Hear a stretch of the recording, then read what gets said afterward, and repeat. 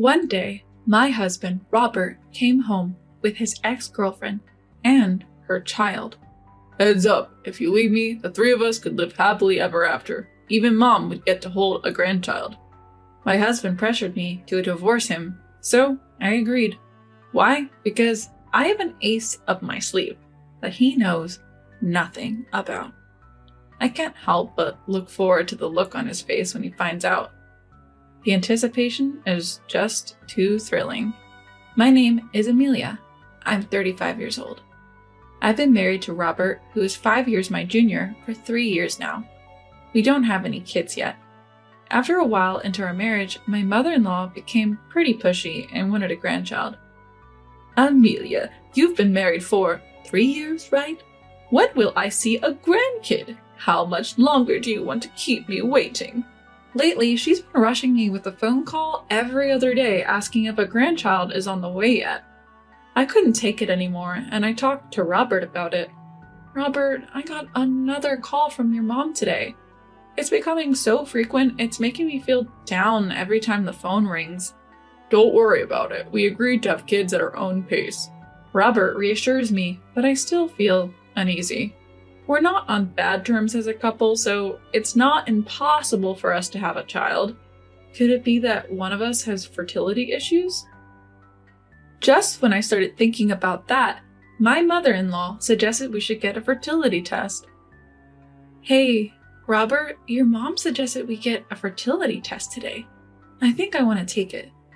There's no need. We'll have a baby when it's time. Then you go ahead and tell her that. I couldn't help but raise my voice at Robert. He doesn't seem worried about not having a child. And when it comes to his mom, he doesn't seem worried about not having a child. And when it comes to his mom, he thinks it's best to ignore her. It's me who's left feeling miserable. Doubting Robert's reliability, I decided to go for a fertility test without telling him. If the issue is with me, I want to tackle it sooner rather than later. Plus, I'm older than Robert, so the pressure is really on. To cut to the chase, my test results were fine, so maybe the issue is on Robert's end. So, Robert, about that fertility test we talked about the other day? When I bring it up, Robert doesn't even try to hide his irritation. Really? This again? Haven't I told you I'm sick of hearing baby, baby?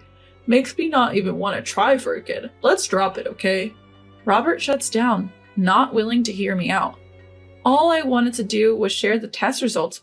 Why is he so angry? I don't want this tension hanging over our relationship. Ultimately, I decided to keep the test results from Robert. Ignoring my feelings, my mother-in-law calls. Amelia, what's happening with having kids? I hate to say it, but at your age, your window is closing fast. Could it be your age that's the problem? I wanted to say I'm not the issue, but that would mean indirectly pointing the finger at Robert. That would surely get back to him. So I hold my tongue, enduring her remarks. Even Robert knows I'm looking forward to grandchildren, so why did he marry an older woman who can't have kids? My mother-in-law, convinced I'm the problem, won't stop nagging. Her complaints are now seeping into Robert as well. Robert, can you please tell your mother to stop talking about babies? It hurts to be talked about like that when I want kids too.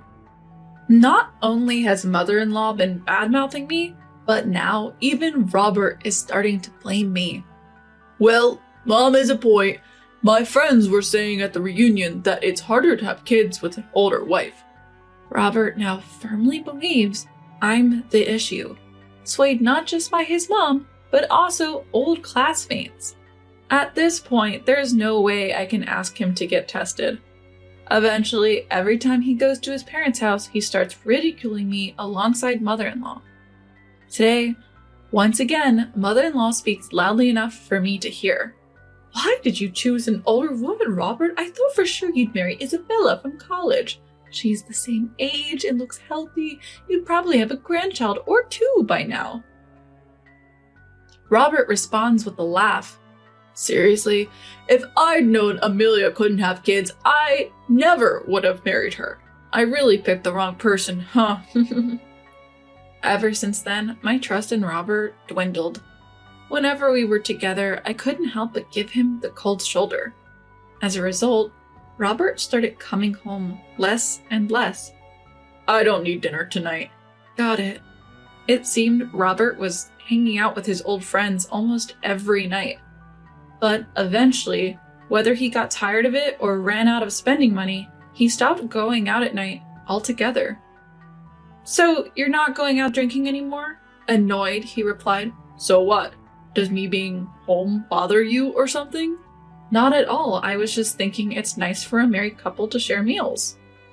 Even though the pressure from my mother-in-law was persistent, I started to feel that growing old together was enough, even if we couldn't have children.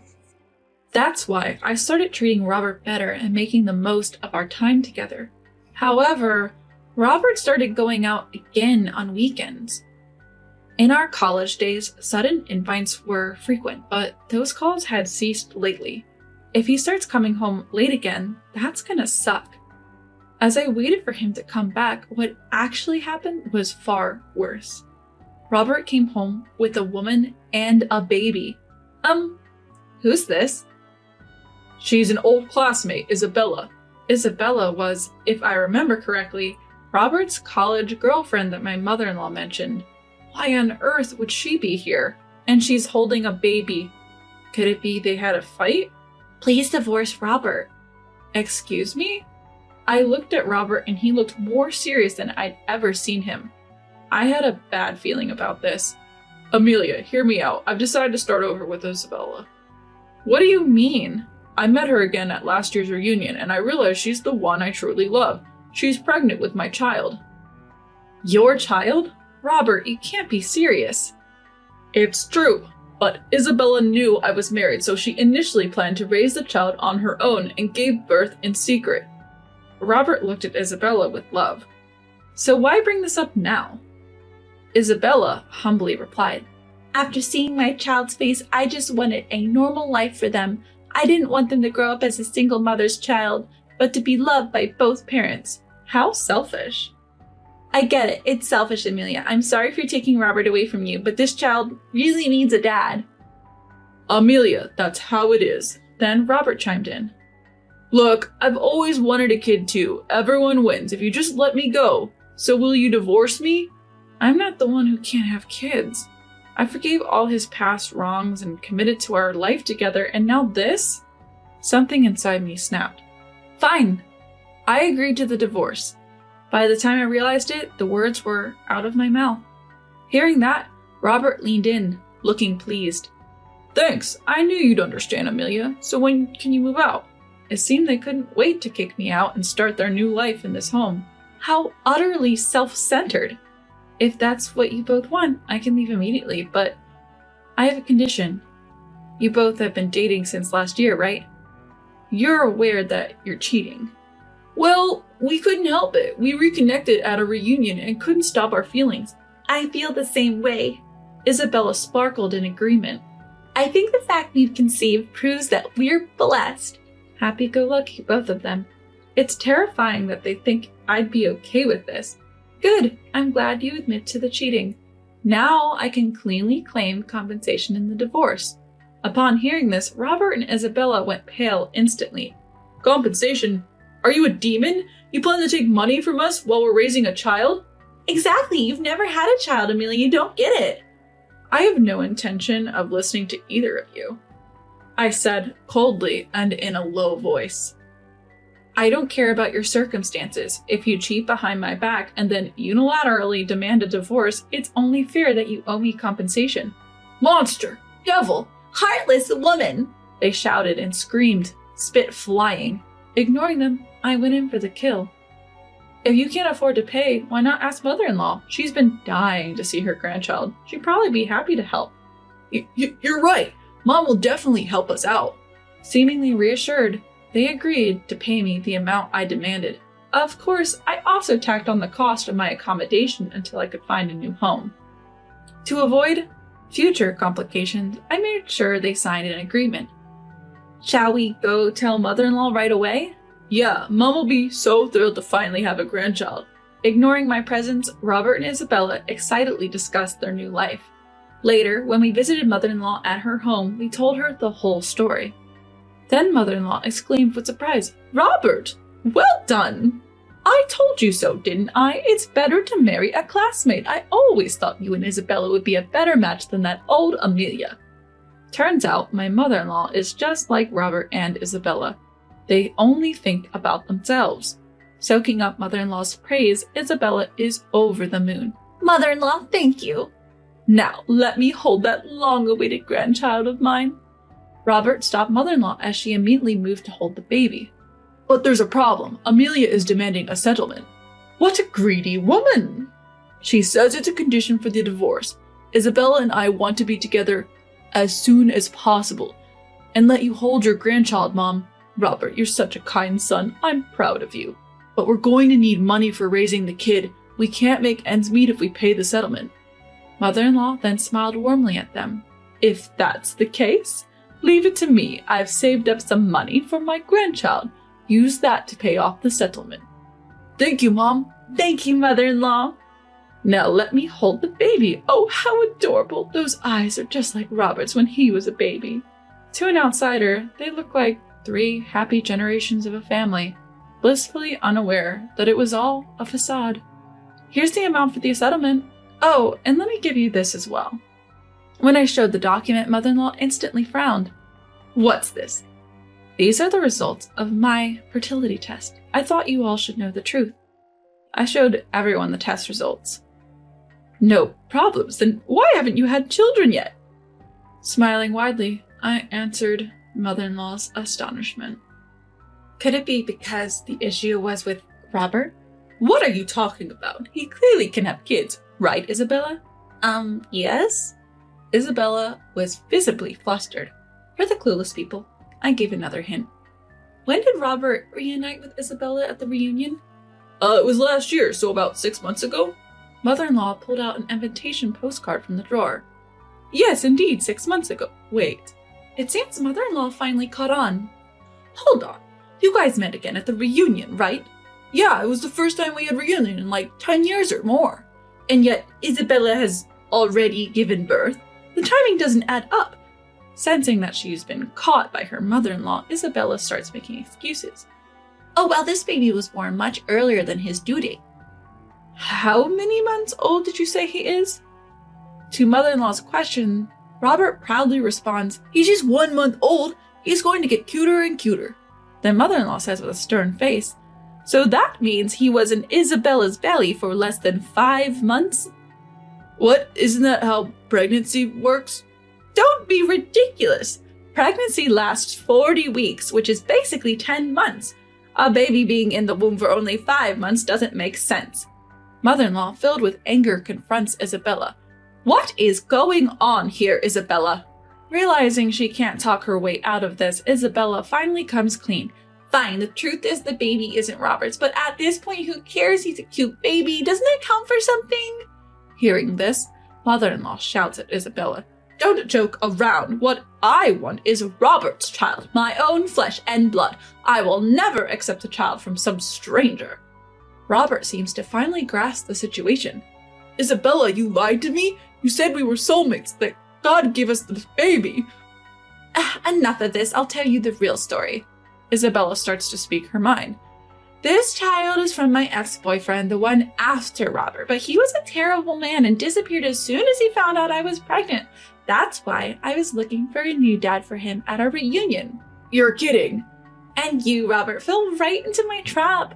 I thought I was lucky, but who knew you'd be infertile and make things this complicated?" Annoyed, Isabella stands up, holding her baby, ready to leave. "I should have picked a different guy. Alimony sounds complicated, and you've got an annoying mother-in-law. I'll find another man to be this child's father." "Wait, where do you think you're going?" I won't let Isabella go scot-free. Isabella taunts back at me as I hold her back. "What? If I break up with Robert, then I'm not involved anymore, right? Just go on with your life, or maybe you two should just reconcile quickly." It's too late for that. Because of you, I have no intention of reconciling with Robert. You stole another woman's husband. You'll have to pay the price. The price? I thought Robert's loving, kind mother would cover the alimony. Do you want more money or something? Just as expected, my mother-in-law immediately rejected the idea. No way! Why would I pay any compensation? That child isn't even my grandchild. Even Robert and Isabella started to panic. Mom, you said earlier you'd help us. Yeah, Auntie, you said you had savings. My savings are for my grandchildren, not some random kid. You two better figure this out yourselves. I can't afford to pay $10,000 or $30,000. Too bad. I've got a signed agreement. Then Robert tried to sweet talk me. Look, Amelia, we've been doing just fine without kids. Can't we just start over? I already told you, I have no intention of starting over with you. If you fail to pay, I'll take legal action. You can't be serious. We've been doing well so far.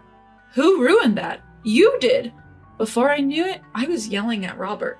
I thought even if we couldn't have kids, we'd still be happy together. But you listen to your mom, cheat on me, and the kid isn't even yours? You're pathetic. Then can't we just be happy from now on? Shut up! I will never get back together with you. Go live your life with your dear mother. You and I are now strangers. Amelia, you can't be serious. Ignoring his pleas, I left Robert's family home. I'll never come back here. I quickly packed up my things and moved out. Robert doesn't know where I'm going, so I'll never have to see his face again. Soon enough, I started a new life in a rented apartment. Maybe it was the mention of legal action, but Robert and Isabella did end up paying the compensation. I didn't have to worry about money. I have no idea what became of them. The payments came from separate accounts, so they must have broken up. As for whether Robert remarried, I don't know, but it's certain he still has no kids. His mother will likely never hold a grandchild or use her savings. It does make me feel a bit sad for her. A year after leaving Robert, I was proposed to by a coworker. We now have 2 children, and our family of 4 is happily living life. From here on out, I plan to fully enjoy this newfound happiness with my family.